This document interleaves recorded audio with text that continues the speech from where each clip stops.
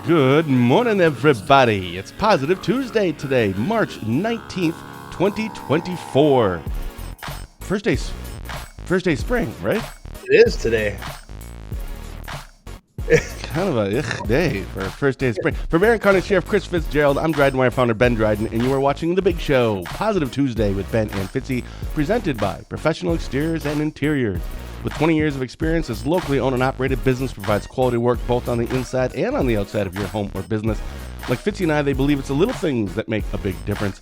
Give them a call today, see what they can do for you. The number's right there on the screen, 715-520-2271. Fitzy, good morning. Good morning. How are you? Good. Speaking of Professional Exteriors and Interiors, Brian Daniels stopped over here yesterday morning, and we were chatting for a little bit. Oh, he dropped off. I have something for you, too. Dropped off a couple of hats. I heard he got a new logo. Oh, that's his old logo. He has a new logo. We're using it on the show at some point here when he gets his website up. So I have a hat for you. Sweet. I need a new hat. I wrecked mine when I was roofing my house with him. I was a roofer. You're paying. I don't understand that. You're paying them to do your house. What are you doing up there? But that's a whole other thing. I don't think I got paid. No, we got the short end of the stick on that one. But anyway, so speaking of little things make a big difference. After Brian left, it was a couple hours later, he texted and said, "Hey, I saw your mom and dad at River Street having breakfast, so I picked up the tab for him." I'm like, "Oh, you don't have to do that." And then like 2 hours after that, my dad texts, "Hey, what's Brian's number? Apparently he bought breakfast. I couldn't figure out who." And so I thought that was kind of funny. And you and I always talk about that how society, we always feel like we just need like policies changed and all these big things to make our lives better. But really, it is true. If we all just did these little things, it does make a big difference. So little stuff like that, man. Good job, Brian. Perfect. Yeah, so we have several things to get to today. We feel like we're kind of now back to our normal show. I know you had a press release out that a sex offender release notification for Barron County. We'll talk about. We had a story, joint investigation, and suspected child pornography leads to criminal conviction for a Cumberland man. A few more things, but as always, we like to start with sports. So let's actually start with local sports, specifically to you. Yeah. Last week you said in the show that Jace was going to be playing in hockey, and if they won, like that was a huge deal. Explain. Yeah. So did they win? Yeah, they did. It was pretty awesome. So Dirk's got a lot to tell us too. I'm sure it's going to snow on Thursday or Friday, and it's not spring anymore. Dirk, you're just bad news. No. Yep. Not your fault, Dirk. Looking forward to Dirk's weather forecast at the end of the show. But anyway. We played a team for Wausau to go to the Fraser Cup. It's the junior hockey league, the NA3 hockey league that Jace plays in. He plays for the West Bend Power. They were the 2 seed playing the 1 seed. And they won the first night, which was Friday. You got to win the best of 3 series. So Saturday night, he came back to West Bend. We went to Wausau, watched them on Friday. Saturday, we took it to double overtime. And Jace threw it in there out of a rebound, a nice pass from one of the other guys, and got the overtime winner in double overtime. So it was pretty exciting. Oh my! It was packed. It was 1,100 people at this junior hockey game. It was unbelievable. It was awesome to watch. And now we're off to St. Louis for the national championship. So 6 teams left out of 34 teams. So that's pretty good. We looked last night, just curious on how many players are in this league. There's 700 players in this league. And so it's a lot of players, and some of them only play half a season and some quit. But there were 700 stats in the league, and Jace is in the top 100. So it's pretty awesome. It's just, he's having a great season. He's having a good team. What's neat about their team, the West Bend Power, is they're very balanced. They don't have, like this team we played, the Wausau Cyclones, they had a guy that had 70 points. Well, I think ours is 42 or 45 is our top point scorer. But we have 7 players in the 30 and 40 range for points. And so we're a well-balanced team. Yeah, that's a well-balanced team. We don't have one guy that's like, oh, when that guy hits the ice, he's going to score a goal. We have 7 guys that can go out there and score a goal at any time, and it's pretty fun. He's playing with 2 of his Rice Lake buddies from the state championship team. So, he's had an awesome hockey career. It's going to continue on this week, and maybe we'll bring home a championship. And so there's 6 teams left. Yeah. So how does that work? Is it 2, 3? So does that have to win 3 straight games to win it all? They have to win 4. Oh, So they actually it's a pool play. So he plays Wednesday, Friday. If they win 1 or 2 of those, then they move on to the semifinals and move on to the finals. So okay. so you got to win. I mean, it'll be tough. I mean, the teams are good. I mean, but I think we're as good as anybody, and I think we How can take them exciting. on. Yeah, it is. It's going to be pretty neat. So, St. Louis isn't real exciting to go to, but I guess we're going to St. Louis. So No, I haven't heard anything good about that. But when will they this have all an be art wrapped up? I mean, if they Sunday. make it to the end, so Monday, so okay. And so it goes straight through. They got to play a lot of games in a row, which has got to be tough on them. But they played back-to-back games, and Saturday was a game and a half because they played a game, went to another whole overtime, and then another 4 minutes into the second overtime when they finally scored. So, but a 1-0 game in double overtime. It was 34 shots to 33 shots. I mean, it was a good hockey game. It Oh was my. Wausau was good, but yeah, pretty exciting for 3 local kids here in Rice Lake to move on in the junior hockey program. Grandpa's pretty excited. But yeah, it was pretty awesome. So the first game is Tomorrow night, 4 o'clock. That's a lot of games. Yeah, I mean, holy cow. Yeah. That's a definitely young man's sport because, I mean, could you really play 4 games in 5 days? No. I couldn't skate him down the ice once. Oh, no. Oh, my goodness, the recovery. Well, congratulations getting this far. That is incredible. Yeah. Good for them. Yeah, it was obviously his genes, obviously. Well, of course. I mean, let's face it. Jace is the reason that they're there. I mean, duh. Right. And, it's pretty awesome. I'm an athlete. I played college basketball in right. Barron County, so I'm a college basketball player. Yeah, and you got some bragging rights right now, of course. Right. That's right. If my son is the reason that they got this, right? Yeah. Right. Yeah. No, we're a balanced team. It's pretty awesome. Good. Oh, I can't wait. I hope next Tuesday then you'll be able to report back that they won it all. But even if they didn't, seriously, this is just great that they made it this far. And I didn't understand a lot of junior hockey programs, and we're going to talk about the Spooner team next. I didn't understand a lot, and that's a different league, that's a Canadian league, and so a lot of people understand that league in Spooner. There's a team in Hudson. There's different levels to this, and so there's obviously college hockey. There's the NAL division, and then there's the NA3 division. So he wants to play in the NAL and then go play. His goal would be obviously Division I hockey if he could get there.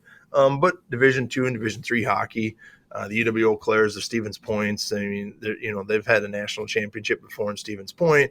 So we got to go to that game and see that back in the day when he knew a kid from Rice Lake that played on that team. So junior hockey is pretty exciting. It's pretty exciting around here. We like our hockey around Northwest Wisconsin. I don't understand most of the leagues. It's like professional soccer.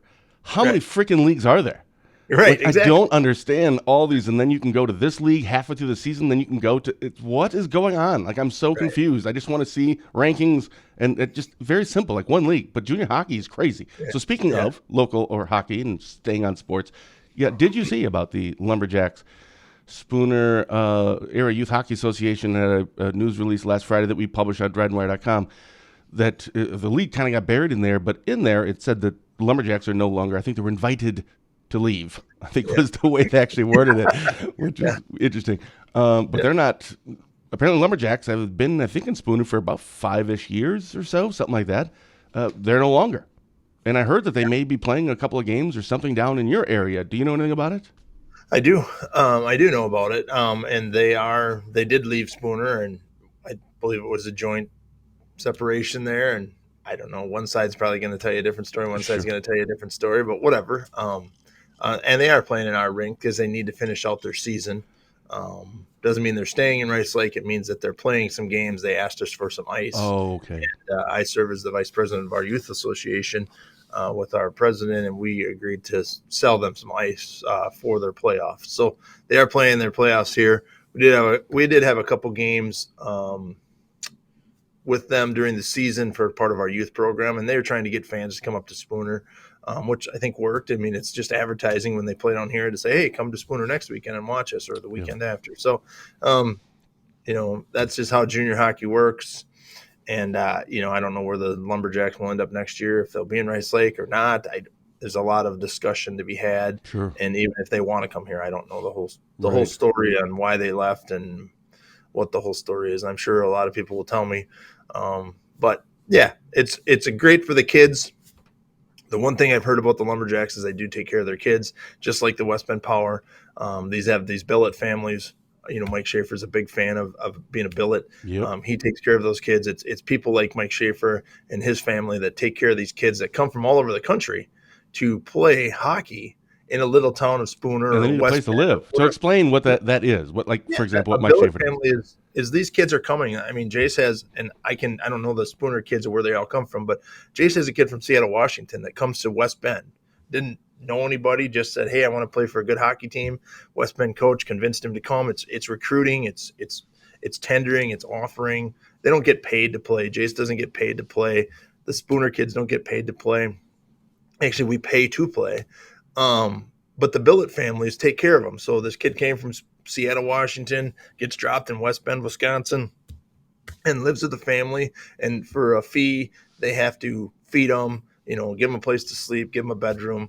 But they take care of themselves. They're 18, 19, 20 years old, and you can only play junior hockey till you're 21. Once you're 21, you're done playing junior hockey. So you can only play till you're 21. So a billet family take care of these kids, and I know Mike has taken care of a lot of Spooner Lumberjack kids over the years, and done. And if it's not for those billet families, I don't have to worry about JC's with a nice family down in West Bend. It's nice not having to worry about your kid with a billet family. So, not having like 6 of them all rent like a studio apartment. Right. Yeah, together. they don't let them do that. So Right. it's interesting. So yeah, so more to come on the Spooner team, or now not the Spooner team. I don't know what they're going to call themselves. They're the Lumberjacks, I guess, without a home right now. Right.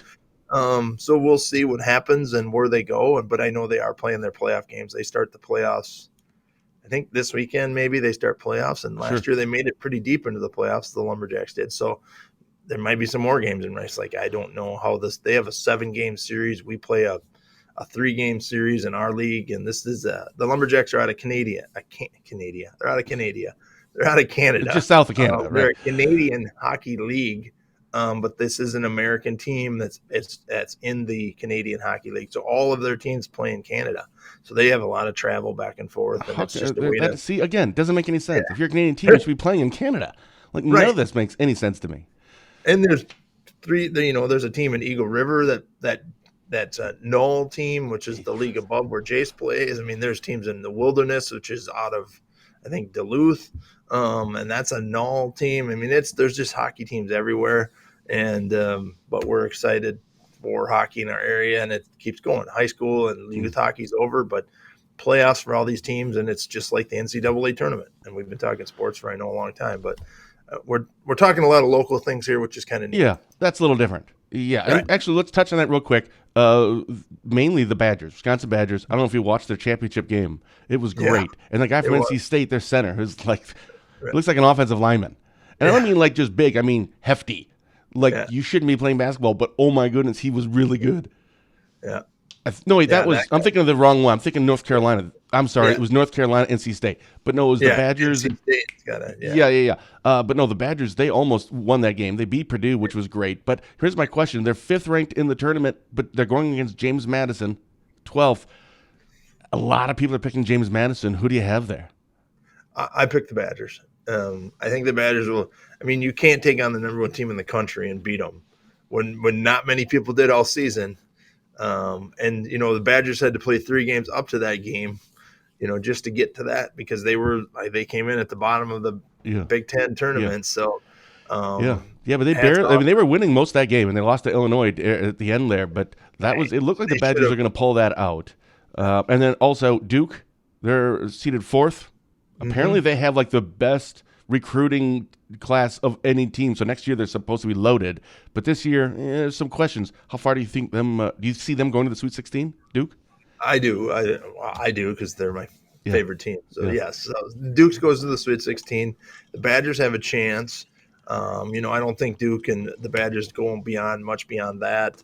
It'll be interesting. I know there's a kid from. I'd love to get into the. I don't know enough about it, but I'd love to get into the high school state basketball tournament. All Oh. private schools won this year, I was told. So it's a big controversy in the WIA right now. A lot of recruiting goes on in these schools, in these private schools, and so there's a big. Huh. But next year they have a scoring system where if you've won so many games, you've got to move up in your division. I don't know exactly how it goes, Oy. but Let's make it it was more complicated. yeah, it's going to make it a lot more complicated than having private schools not be in it. But I know when Rice Lake got to it a few years ago, they played a private school and lost. It's different when you can recruit. And I've spent some time in West Bend in the Milwaukee area, ton of high schools in that area, and some private schools. And then when it's only 20 minutes to get to this private school, a lot of these kids will drive to get to this private school. And so there's recruiting that goes on. So you can take the best kid from this high school, the best kid from this high school, and the best kid from this high school, and put them in a high school in the middle of this whole area. They only got to drive 15 minutes to get to, it's not like we in the Northwest Wisconsin, we got to drive 30 minutes to get to the next high school, Yeah. we're the distance between us. So high school basketball and private schools and WIA's got to figure something out. That's the one board I'm going to get on someday. I want Of to be course on you the are. WIA board. I want And to then be we'll on have the a guest WIA from board. them, I'm sure. For the show, because that seems to be how it works. I don't think kids should have to pay to watch their friends play high school sports. I don't think in tournaments we make our kids pay. A lot of the school districts eat the cost, and that's great. But during the tournaments, they can't, and I don't think that's right. Weird. I don't think you should pay $5 for your kids to go watch your kids at the state tournament in the playoffs. I don't think that WIA needs to do something about that if they want kids at their games. Yeah, you need to get on that board. Yes, I do.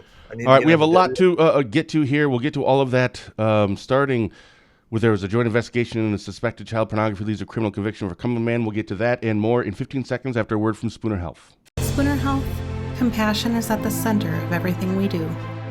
It's rooted in who we are and why we're here. It unites us as providers, neighbors, and as a community. Learn more at spoonerhealth.com. Hey, real quick, did you see Representative Gabe Magnifici announced yesterday that she was not seeking re-election and she's retiring? Yeah, and she's a friend of the show and yes, been always supportive of us. And so congratulations to her. Thank you for your service. It's not easy to do in today's world. So that's right. And apparently a few hours later then, because now it's going to be like the 74th Assembly District, which is just, 75th, I think is what it is. It was the 28th because the new map, everything, all the numbers are now different. It took me 8 years to figure it out, and now I got to start all over again. Right. But you see the person who also, I don't know how many people are actually going to be running for that seat, but Duke Tucker was his name. Is that not like the greatest name in the history of the world? There's no way that's his real name. Duke Tucker. I think he's a farmer too, right? I think he has to be, or a cowboy, or something. Or he drives a big truck. I don't know. Yes, Duke Tucker. Oh, yeah.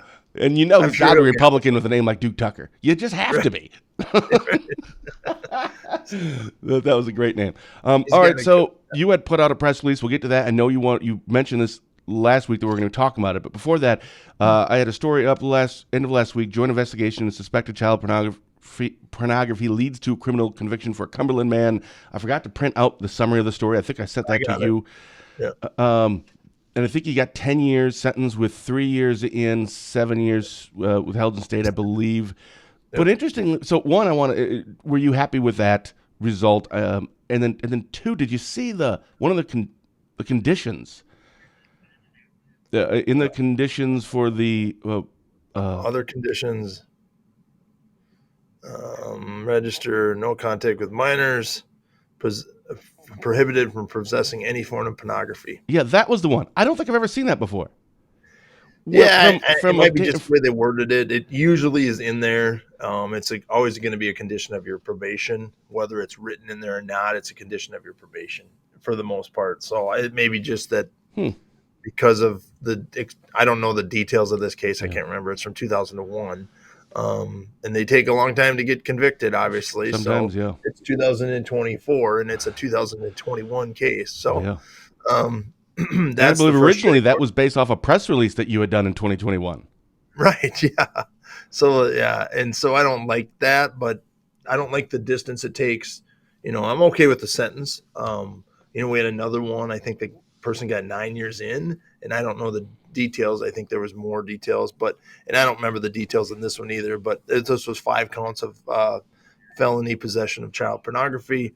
We could charge multiple counts. When we get these, each count every picture is a count. So you could charge 100 counts if you really wanted to. And I think we might start to see that because these are more serious cases. We're seeing more of them. It's just like drugs. It's just like, when you start to see a bunch of meth cases, the judge is going to be tired of saying, hey, I guess I can do something about this problem, and I'm going to start putting people in prison longer for meth or for this. And we see that reaction from people when a meth person gets prison instead of jail. It sends shockwaves through the community, the meth community, and saying, whoa, that guy got prison. I better be careful doing meth, or I better not sell meth anymore. I better not do this. And I think we're going to probably have to see the same thing with child pornography as we start to see, I don't want to say an increase, but more of these cases with the internet crimes against children and things like that.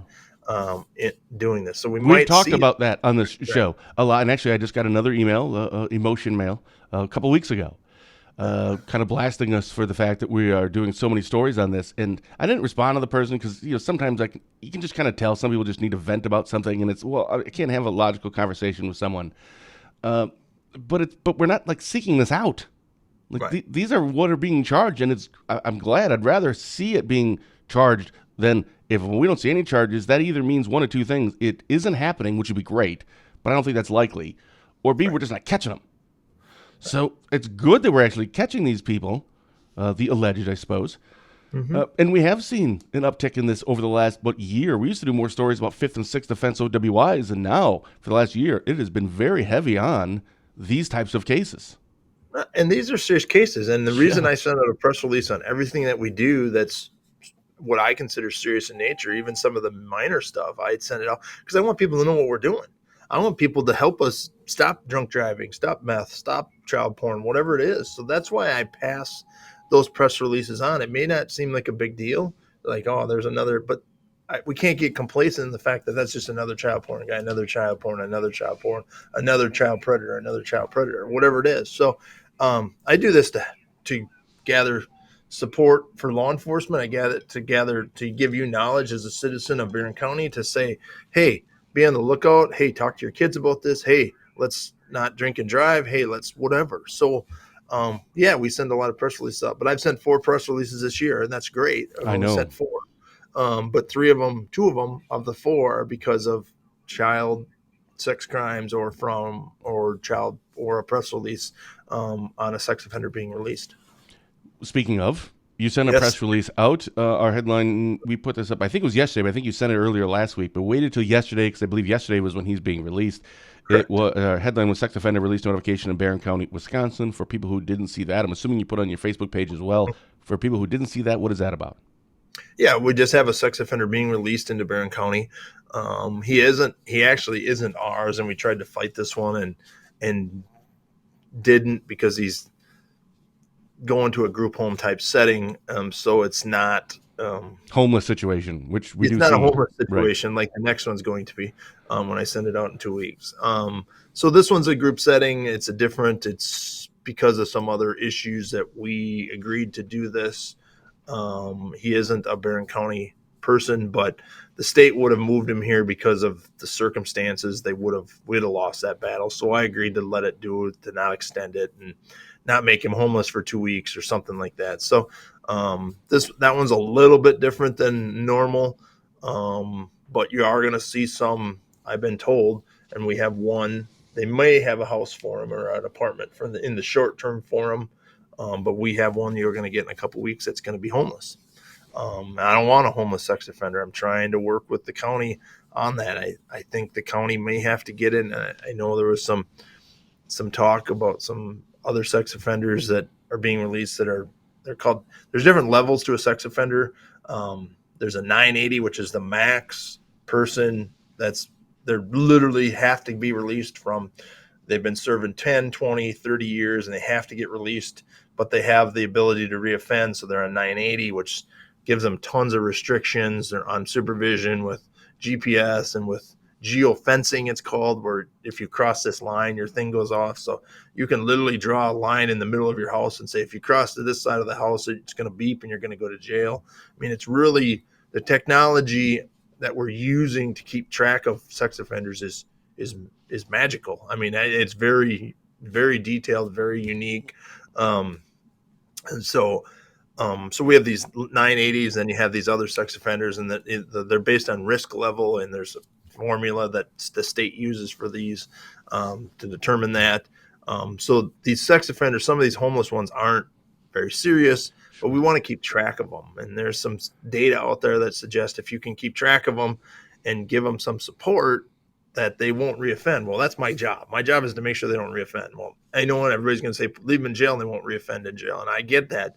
But the law doesn't allow us to leave them in jail. Talk to your legislatures. Let's get Duke going on that. We can get that.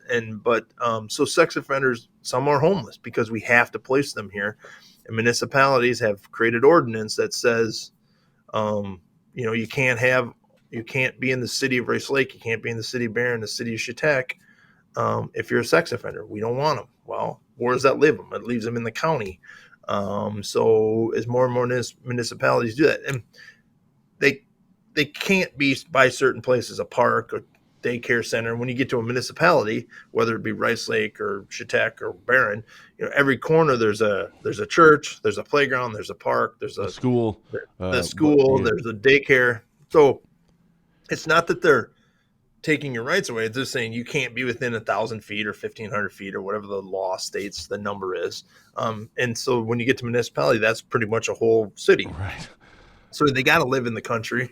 Right. And so it's tough, but then you need resources and jobs for them. And so I'm working on a plan in my head to find some places for these people to go so they don't reoffend. So they're kept under not lock and key, but they're kept under an eye, and we can, get them jobs and make sure they're paying the rent so the state doesn't pay it. And there's a lot of things that go into this that, people are frustrated about. I get it. It's tax money wasted, blah, blah, blah. So I don't have a great answer for all of those questions, but we'll figure that out as we go here. But yeah, we're going to see some sex offenders throw them in the border. I mean, yeah, I didn't see the other question. I don't see it. Oh, yeah. Sorry. I just It was maybe instead of the slap on the hand, justice, make an example of each person. They are sex offenders. They should have been or better felt with many years ago. Children go through separation of family and counseling, and other offender gets nothing. Yeah. Don't disagree with that. In some cases, these child porn people they don't have any local victims, luckily. But we do work with Internet Crimes Against Children, and ICAC is called to make sure there's no local victims. And we do try to find out where the victims are with these images. Wait a minute, images. hold on. Yeah. Wouldn't there be? Well, what I mean is that the people, so like this individual that was released yesterday in Barron County, I believe it was in Rice Lake, but he's from maybe like Eau Claire, if I recall. I think it was Eau Claire, yeah. But the reason that he has to be released here in Barron County is because that's where the offense had occurred. Not in that case.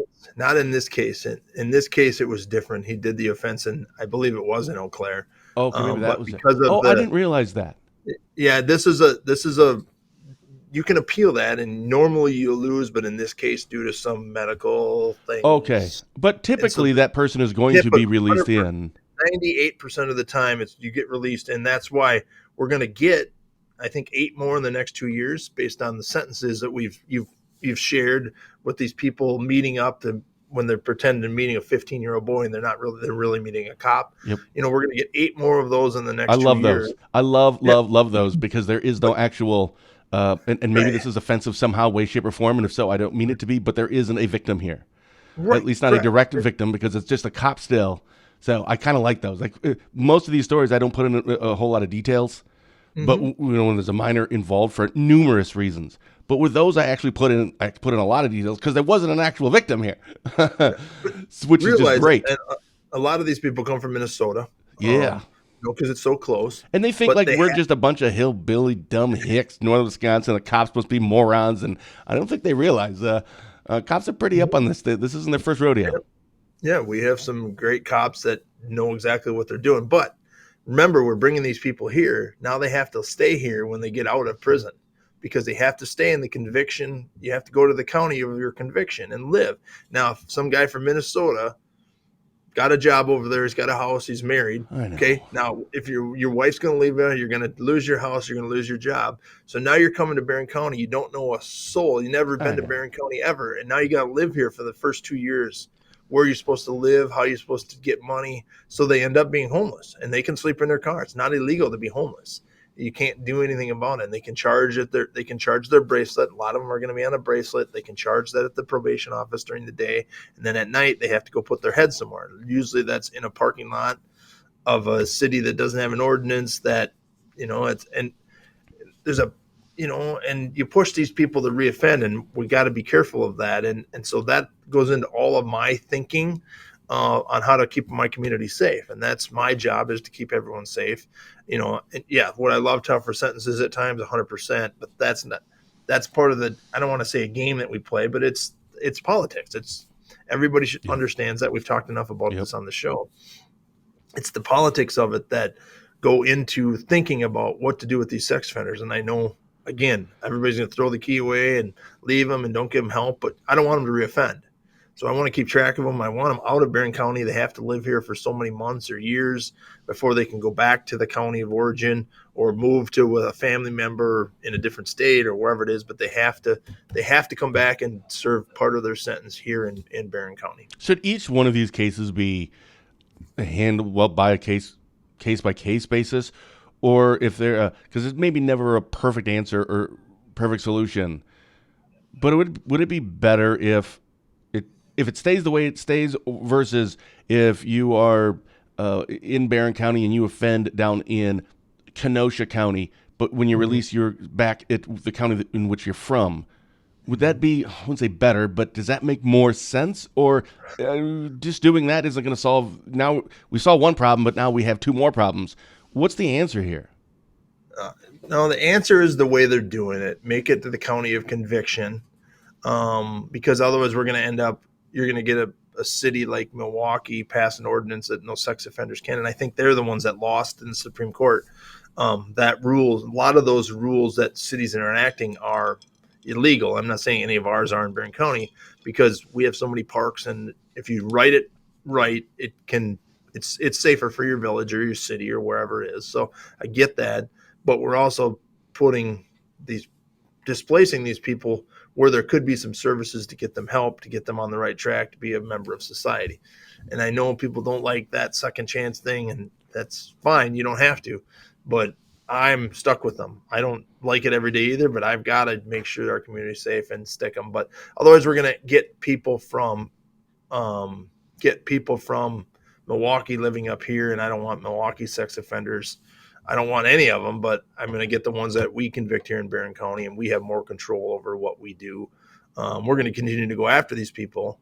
We're not going to stop doing it because of it, but we've got to have a better plan. And so I got some ideas. We're working with the county on some ideas. Where to put them. By law, sometimes you get these 980s. What is a 980? You've referenced that a few times. I wrote it down to ask you. What does that stand for? It's a level of a sex offense. It's the highest level you can get for. Means there's probably a better definition, but in my definition, you're more likely to reoffend if you're a 980. Like, okay, you've gotten help while you're in prison, but you're still like, I still have those urges, and you're very serious. So there's a lot of rules when you get it out. So you've been to treatment, you've been to prison, and by law you have to get out because you can't serve a life sentence. They didn't give you a life sentence, so you have to get out at a certain time. And Barron County's got a couple 980s, and the state provides housing for them. There's been 980s out before. People don't like it that we provide it, but again, you can't keep them in jail for the rest of their life. No, and it just seems like we're kind of failing a little bit here. Where, again, I'm not trying to be sympathetic towards these individuals. Right, exactly. Be very clear about that. But at the same time, it's like we've done everything up until this point. Cops have done their investigation. District Attorney's Office has prosecuted. Judge, if there was a trial, everyone's done their stuff, goes to prison, then out, and then we've talked about this like with people that are addicted to meth and they're in jail, and then they get out. It's like, well, where do I go? You're probably going to go right back to where you were before, sleeping on somebody's sofa doing meth while you're waiting for your initial court appearance. It feel like there's we're missing something. There's a hole here that we're supposed to be filling, and I don't know whose responsibility that is. Is it the government's? Is it the states? Is it the county? I don't know, but I feel like there's something there. Right. And Steve says it, but the victims get life sentences. Amen. 100% agree Amen. with that. And I think there should be some tougher sentences on, especially when there's a victim, a true victim. There's victims in these 15-year-old kids when they think they're meeting somebody and they're not. They're meeting a cop, and there's a victim because they actually thought there was a kid, and if it happened to not be a cop and was a kid, it would be a victim. Yep. So we know there's true victims out there. Yep. And what can you do, Renee, to help? I don't know the answer. Keep doing what you're doing. Keep fighting for victims. Keep supporting people. Send them a note. If you see a name and you know who they are, send them a note saying, hey, I'm here if you ever need to talk. I don't know. We all need to. It's the little things that make a big difference. Yeah. And so I'm trying to do what I think is right to keep these sex offenders in one spot, a sex offender village. I don't know what the answer is. If I'd had it, I'd be a millionaire. Right. Write a book and retire. Right. But, there is, we're talking about kind of at the tail end of this after they're getting out. But I know from my point of view, it's kind of the first part, which is what you can do, you in law enforcement, is to actually seek these things out, these cases, and arrest these individuals. But also on the district attorney's aspect, district attorneys, let's face it, from time to time, when it comes to these cases, a district attorney needs to be, or an assistant district attorney, this state has to be cold-hearted. They just do. You cannot be an advocate. If you want to be an advocate, do not be a district attorney. Or not be an assistant district attorney. Go do something else. Work at the other offices. The what's the one where you court-appointed people? What is that called? The lawyer. You know what I'm talking about. Special advocate, court-appointed special advocate. Yeah, it's just something like that. Be an advocate or something. But when you're in that role, you can't have that. We want to help and give them a second chance. It's my opinion anyway. This is in fact just what I think. You need to be cold-hearted. And you have to do your job. But if everybody just keeps doing their job, but again, what we're talking about is then when they get out, it's, well, now what do we do with them? Because being homeless isn't helping the community. Keeping them in prison for the rest of their lives is not realistic for 1,000 different reasons. So what's the answer? Right. Exactly. And they get dropped on my plate and I'm responsible. I'm not responsible, but I'm responsible for the protection of the community. Yeah. And so, I have some ideas, and I think we're working towards something because we're going to be mandated to get a couple 980s here in the future. State mandated. There's a 980 committee already that's been working for about a year and a half to try to find, but no one wants them in their backyard. And I also understand that. I get it. No one wants them in their backyard. I don't want them in my backyard either. So I'm trying to find a spot that's not in someone's backyard, but it's what about Rusk County? Why don't we just send them all to Rusk County? If we could annex Rusk County, make that Barron County, part Barron County, and then we'll put them all in and there is something to say, we are more populated. So we do have a lot of backyards here. We don't have a lot of area to say, this is a big area of woods that we can just build something in and make it a village. But, that's the idea right now, is to try to take an area where there's nobody and fence it all in. I mean, that's just I was just literally thinking Australia. That's exactly what I was thinking, Steve. Like that, I'm not kidding. That was a thing, right? Wasn't that originally just a prison for the UK, for Britain? Yeah, I think so. Essentially. Yeah. Do you see Renee had that question there? The houses that are set up for sex offenders, do they have TVs and cell phones and computers? Right. I don't. Yes, they have TVs. Yes, they have. I don't think they have computers because they're limited in what they can do. Their cell phones usually don't have internet on them, so they're very strict. We can go when there's a person on a sex offender and they're living in they have TOP houses, which is a transitional living program. Law enforcement can go in, probation can go in, probation can do a search anytime, probation can log into the computer. You have to share your logins. You have to share anything because a lot of these places you need a computer to even apply for a job. You can't go fill out an application anymore at Walmart. You had to go online at walmart.com to even fill out an application. So you got to give them access to a computer. But you can log in, we can see their history. There's a lot of things. They're under some pretty heavy controls. Yeah. They can't have visitors. They can't drink alcohol. They have a curfew. There's tons and tons of rules. And the 980s are even more severe. I mean, no, the 980s can't have a computer. No, the 980s, I don't know about a TV. I assume they have a TV, but it's probably limited in the number of channels. Just like we can limit the number of channels in the jail. They have TV in jail. By federal law, I have to give jail in the TV in the jail. Is that the federal law? That's interesting. You have to feed them 2 meals a day, and you have to give them cable television, because the old sheriff in Arizona, Joe Aparicio or whatever his name was, he fought that, and then he gave him the Weather Channel, the Disney Channel, and the News Channel or something. We gave him a few more because, so he knew how hot it was going to be the next day, and he gave him a Disney Channel so they could, So that was the story or the articles I've read about Joe, and so there's some things there. So. But probably enough about sex offenders. Probably more you ever wanted to need to know about that. But you're going to see more press releases in the next, I've been told, 2 years now. So, really, for 2 years, is 980 also referred to as a level 3? I'm going to have to start researching as 980. I don't know the answer to that. It's Just the highest you can get is what I've been told. So I don't know how the levels work in Wisconsin. So that's weird. Question. I wonder if the 980 is a total score. You said they kind of have a ranking thing, and it's like a spreadsheet. It's like, okay, then this one, that's worth 10 points, and this one's 120 or something. I'm making fun of they're putting some, just saying, I got to have a little levity or I'll freak out. Yeah, it is. It's a very tough. It's kind of heavy. And again, it's people like Renee that we go make a difference for. So we appreciate that, Renee, and whatever we can do, we're here to help you, and we appreciate the support that you give other victims. So Minnesota level 3 is the highest. Well, Minnesota is stupid. It's the 980 is the highest you can get in Wisconsin. So apparently it's only 3 in Minnesota. Very low bar. Right. I don't know. So I'll have to research that. All right. Well, while we wait for time to wrap it up, the weather forecast, what do you have coming up this week? Well, obviously, you're going to be heading to St. Louis, I'm assuming. Are you going to go to all of them or some of them? Because I know the only time you're not at work, I mean, you're always working, but not physically at work, is either for meetings or for hockey. Yep. So you're going to be going for the whole thing, or just I'm leaving probably after this. So. Oh my goodness. And you stuck around just for the show. That's right. I got to do a couple more things, but yes. So. All right. Dirk says good news. Oh, good. Good news. And bad news. Nuts.